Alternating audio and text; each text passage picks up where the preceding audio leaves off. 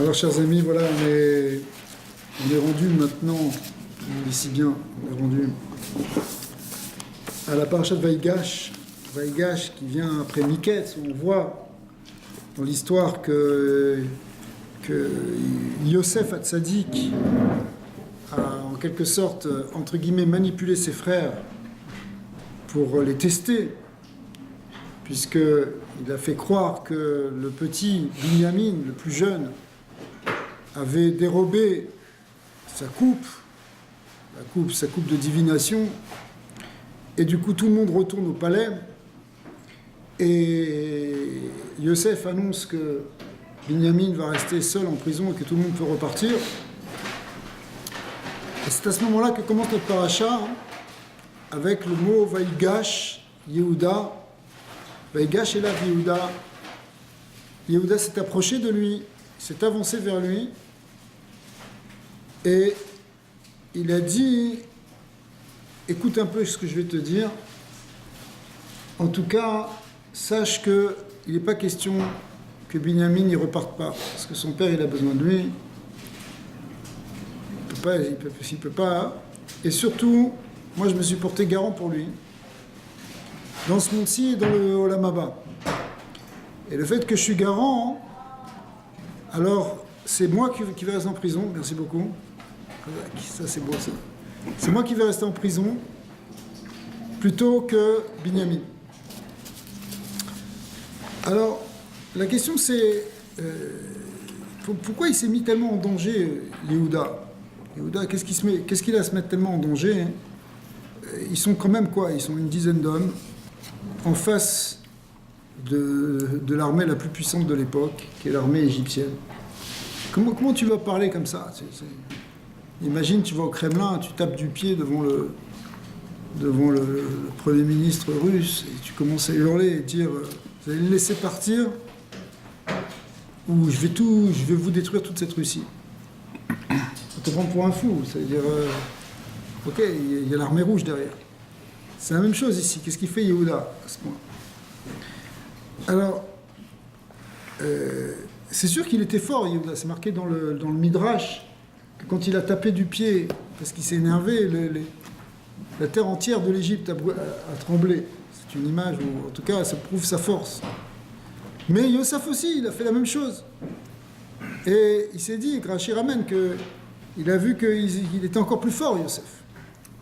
Donc c'est quoi, sur quoi il compte, Yehuda, pour faire Messirot Nefesh comme ça? Alors, la réponse, elle est justement dans ce qu'on vient de dire. C'est-à-dire que lui, il s'est porté garant.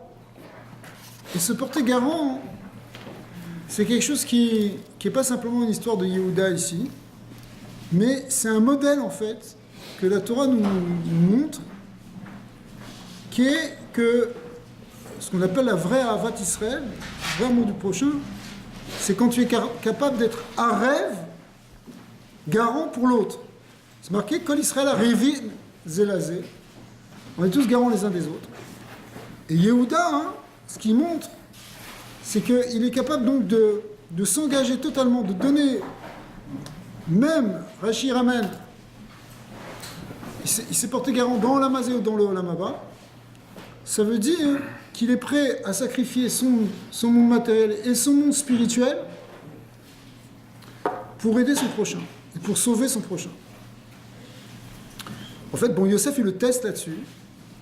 Et quand il va voir, quand Yehuda va dire tout ça, finalement, Yosef, il va arriver à un point où il va faire sortir tout le monde et va se dévoiler à ses frères parce qu'il ne peut plus se contenir. Mais en réalité, ce que faisait Yosef Hatzadik, c'est qu'il était en train de tester sur ce point-là. Parce que ça, c'est la réparation exacte de ce qui avait été fait justement à Yosef, puisque Yosef a été vendu et jeté par ses frères comme s'il n'était pas un frère. Et maintenant, Yehuda, il montre qu'il est complètement... Il montre son sentiment de fraternité complet. Puisque pour Binyamin, qui est d'ailleurs le frère de Yosef, il est capable de montrer qu'il est prêt à s'engager dans ce monde-ci et dans le monde futur, de sacrifier son Olam Hazé, son Olam Haba, son côté matériel, son côté spirituel pour aller sauver l'autre. Ça, c'est quelque chose qu'on a du mal à entendre. Parce que je veux bien éventuellement comprendre qu'on puisse sacrifier son monde matériel mais son monde spirituel. Depuis quand on peut sacrifier son monde là-bas? D'accord. Alors, bon, on n'est pas toujours amené à faire ça, évidemment. Mais il y a une idée ici qui est très très forte. C'est que la réparation du problème de la sinatrinam, le problème de l'exil qui vient du problème de la sinatrinam, il vient parce qu'il y a des gens qui se portent garants les uns des autres. Et qui se portent complètement garants. Ça veut dire que ça enlève la sinatrinam. Parce que ça, c'est la vraie Ahava. La vraie Ahava, hein, tu montres que tu as vraiment de la Ahava parce que tu es prêt à renoncer à tout pour l'autre. Voilà.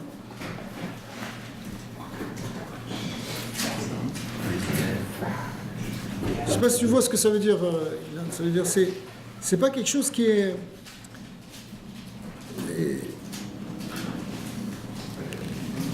Le rabbi, il avait un secrétaire. Il avait plusieurs secrétaires, mais il y avait un secrétaire. À un moment, il lui demandait tellement, en termes de présence, quand on dit que le rabbi demandait, il faut savoir que le rabbi ne donnait jamais réellement d'ordre. Il ne faisait que suggérer des choses, proposer des choses. Mais évidemment, quand un chassid il entend une proposition d'un rabbi, il le prend comme un tzivouï, comme un ordre. Si le rabbi me suggère ça, c'est sûr qu'il faut le faire. En tout cas, c'est chassidim-là qui ont ce niveau-là pour le moment. Alors, il y avait un chassid qui était un de ses secrétaires, et pendant il y a des moments où il n'avait même pas le temps d'ouvrir un livre, pas le temps d'ouvrir un sefer. Alors à un moment, il a demandé, il a dit, est-ce que je peux avoir quand même une petite demi-heure pour... Le rabbi, il n'a pas répondu directement. Mais lui, la préoccupation du rabbi, c'était de s'occuper et de sauver des gens. Alors, il a fait comprendre que pendant cette demi-heure, on peut encore sauver des gens. Ouais. Ça, c'est un point hein, qui est... C'est un très haut niveau en vérité, parce que être capable de renoncer à... Tu as besoin de te ressourcer, tu as besoin de... Toi aussi, tu as besoin de pomper une énergie spirituelle. D'accord? Tu as besoin d'une demi-heure pour étudier par jour, par semaine, je ne sais pas, quelque chose. Mais le rabbi voulait donner une leçon. Peut-être aussi que le fait que cette personne soit un chamage du rabbi, c'est sûr que Gadol Shimusha Milimouda, tu es proche, tu reçois aussi de la lumière. C'est évident quand tu es à côté de notre sadique. Mais malgré tout, il y a un message ici que le rabbi a donné, bien qu'il était très exigeant sur le Limud Torah et que les Bachurim doivent respecter les Sdarim et qu'il faut au contraire étudier. Il a donné des Sdarim même pour les Chassidim qui sont d'ailleurs difficiles à tenir. Hein. Faire Chitat, Rambam, finir le Rambam tous les ans, c'est faire une Masechet du Chasse. Ça, c'est ce qui donne des choses classiques. Par année, c'est pas évident quand tu travailles, etc. Quand tu as les Yeshiva, ça va. Alors, pour les Bachurim Yeshiva, ils demandaient encore plus. Mais malgré tout, il y a une idée de priorité que tu ne peux pas rester dans ton coin, hein. Tu dois te porter garant pour l'autre. Si ici il y a quelqu'un, un juif qui est déconnecté de la Torah des mitzvot, quelque part, il est dans un désert, il est assoiffé, son âme en tout cas est assoiffée. C'est pas le moment de dire, maman, je vais continuer à me kiffer dans ce livre. Vas-y, tu dois faire quelque chose, si c'est ce que tu dois faire pour le sauver, sauve-le. Alors bien sûr, il y a des gdarim dans tout ça. Il y a un équilibre à trouver. Mais le point, hein, ici, que Yehuda il a fait, c'est qu'il a été capable de renoncer même à ce côté de Olam Haba, pas simplement Olam Hazé. Bon, ok, tu peux comprendre que pour ton confort matériel, tu peux renoncer à ton confort matériel pour aider quelqu'un d'autre. Ce qui est déjà une idée qui n'est pas évidente, du tout. Mais bon, déjà, si on est habitué avec ça, cette idée, il y a la tzedaka, le maaser, c'est-à-dire que tu te prives de quelque chose qui, a priori, devrait te revenir puisque c'est le fruit de ton travail, et tu t'en prives pour aider quelqu'un d'autre. Mais l'idée de te priver même du spirituel pour aider quelqu'un d'autre, ça prouve la darga. Alors, on va voir que c'est pas pour autant que Yehuda il va complètement se priver, puisqu'au contraire, on va voir qu'après ça, hein, Yaakov, il va envoyer Yehuda en premier en Égypte pour qu'il construise Ishlar Yehuda les Fanav, les Fanav Yehuda, il va envoyer Yehuda en premier pour qu'il aille construire des yeshivot, justement parce que c'est la priorité, c'est déjà d'établir la Torah. Mais malgré tout, au départ, Yehuda, il était prêt à tout renoncer. Au niveau des ventes, si tu veux vendre quelqu'un en boisson, tu vas montrer quelqu'un qui est dans une tempête. Il faut montrer quelqu'un dans le désert. Ouais. Pour que tu ressens la soif que l'autre est là. S'il y a quelqu'un qui est tout le temps Torah. C'est ça. C'est ça. Mais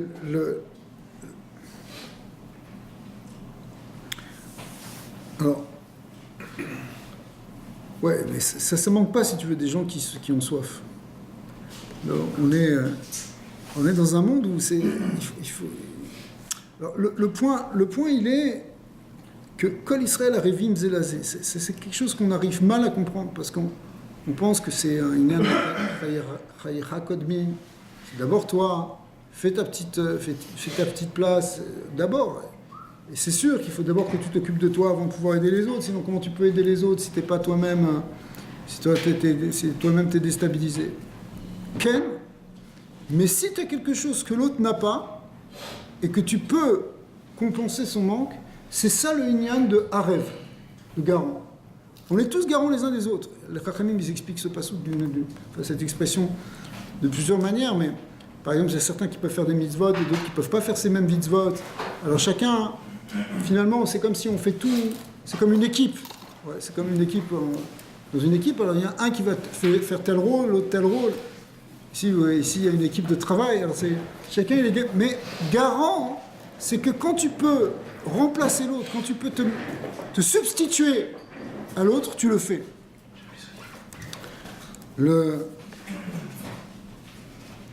C'est comme ça qu'on arrive à la vraie ardoute. Cette ardoute-là, c'est pour ça que c'est la réparation de ce qui s'est passé entre Yosef et Yehuda. C'est marqué dans le Harizal que les dernières parachutes de Vaïketz, Vaïgash, Vaïechi sont des préfigurations de ce qui va se passer au moment du Mashiach. Il dit comme ça, ces trois dernières parachutes de Bereshit, elles représentent ce qui va se passer au Mashiach, c'est des simanim de ce qui va se passer au Mashiach. Et on sait que depuis qu'il y a eu la scission à l'époque de Rovoam et Yeroboam, le fils de Shlomo, une scission entre deux royaumes, le royaume d'Israël et le royaume de Yehuda, qui se sont séparés à ce moment-là, ça n'a jamais été réellement reconnecté. C'est pour ça qu'il y a des tribus qui sont parties en galoute, les fameuses 10 tribus. Et puis il y a toujours cette scission qui remonte à Yosef et Yehuda, qui est déjà là. Yosef et Yehuda, ils sont séparés, ça correspond dans les surotes à Yesod et Malchut, qui sont séparés de deux principes divins qui correspondent à ce qu'on appelle aussi Mashiach ben Yosef, Mashiach ben David. Et le Vaïgash ici, c'est, comme c'est marqué dans le Midrash, dans le Zohar, que le pasouk sur eux, il a été dit, V'amelachim noadou, les rois se sont rencontrés. C'est les deux rois qui se sont rencontrés, les deux rois Yosef et Yehuda, qui représentent les deux figures messianiques qui finalement doivent être réunies. Comme c'est marqué dans le prophète Yecheskel, que Yecheskel, Akadosh Baruch Hu lui a montré, il lui a donné une vision, il lui a dit voilà, tu vas prendre deux bâtons, et sur un bâton tu vas écrire Israël, sur l'autre tu vas écrire Yehuda, et après tu vas prendre ces deux bâtons, Ve'ayu lechadim beyadecha, et tu vas les réunifier, et à la fin ils deviennent un seul bâton. Et quand ils reviennent, alors, il y a deux étapes, il y a une étape de Vaïgash où on doit les rapprocher, et après il y a une étape où finalement il y a un Yichud complet. Donc l'idée de Vaïgash, il vient en réalité, c'est la fin de la galoute, c'est la fin de l'exil où il y a cette séparation entre les deux tribus. Mais pour ça, il faut être capable de voir dans l'autre celui à qui tu peux donner, celui à qui tu peux donner en quelque sorte ta vie pour l'autre. Vous savez, cette séparation entre Yosef et Yehuda, elle peut se comprendre de beaucoup de manières. C'est les grandes scissions qu'il y a dans le clan d'Israël, elles viennent de là. Je sais pas, la séparation entre Chassidim, Bitnagdim, Sfaradim, Ashkenazim, Charedim, Chilonim, ouais. Entre religieux et non religieux, c'est ça la plus grande distinction qu'il y a aujourd'hui. Mais comment on va s'en sortir? Ça, c'est un piroud, c'est ça, le vrai piroud, il est là. Tu as l'impression que c'est comme si c'est deux peuples, deux royaumes. Tel Aviv, Yerushalayim, c'est deux mondes complètement différents. Okay. Complètement différent, c'est pas les mêmes règles, c'est pas du tout la même manière de penser. Mais en réalité, c'est le même âme. Et Akadosh Baruch Hu, il nous met dans une situation aujourd'hui où justement, les uns ont besoin des autres. C'est-à-dire si les Haredim, ils ne peuvent pas comprendre que sans le fait qu'il y a des gens qui les protègent, des soldats qui les protègent, et même, ils ne tiendraient pas, ça c'est vraiment un manque de reconnaissance complet. Les gens qui disent oui mais non mais c'est Hachem qui nous protège, etc., c'est qu'on n'a pas besoin de ça, c'est pas vrai. C'est sûr que c'est Hachem qui protège. Mais tu as des gens ici qui sont garants de toi, qui donnent leur vie pour toi. Et inversement, ceux qui sont les Haredim, le travail c'est justement d'aller vers les autres pour se porter garant d'amener cette Torah et de partager cette Torah. Alors Yehuda, il représente ça en même temps. Par exemple, Yosef, on voit, Yosef, il avait...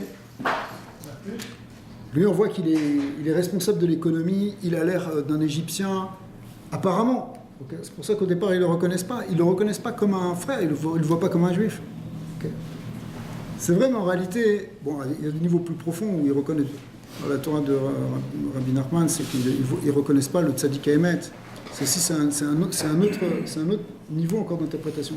Mais un niveau plus pshat, c'est que Yosef, il est trop différent. On ne peut pas le reconnaître. Et ça va demander, en fait, un dépassement de se dire non, je vais faire quelque chose même au prix de tout lâcher, de tout perdre. Ok.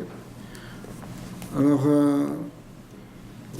bon, Bezat Hashem, que nous, on n'ait pas besoin de ça, qu'on puisse arriver au Yehoud, c'est ça qu'il faut développer maintenant. Il faut absolument qu'on soit mamash dans une unité. C'est marqué clairement dans tous les Sfarim que les ennemis d'Israël ils peuvent gagner que quand Israël est dispersé, mais quand il y a la marloquette. Mais si on est dans le Yehoud, il n'y a aucune possibilité de nous toucher. En réalité, même les difficultés qu'on a aujourd'hui, c'est juste pour nous rapprocher. C'est uniquement pour que on arrive à trouver autre chose, un autre modèle, une autre manière de fonctionner, qui soit sans ces clivages, parce qu'en fin de compte, on fabrique des systèmes qui fonctionnent pas. Donc il faut au contraire, chacun a besoin de l'autre, on a besoin d'unifier tout ça, comme unifier aussi le Gashmi, le Rouhani, le Neshama et le Gouf. C'est ça qu'on doit arriver à faire. L'enjeu messianique, c'est qu'il y a un Yehoud, même aussi entre spirituel et matériel, et entre le Chesed et la Gvoura, dans tous les niveaux. Bezat Hashem. Chez Niske de voir Mashiach. Amen.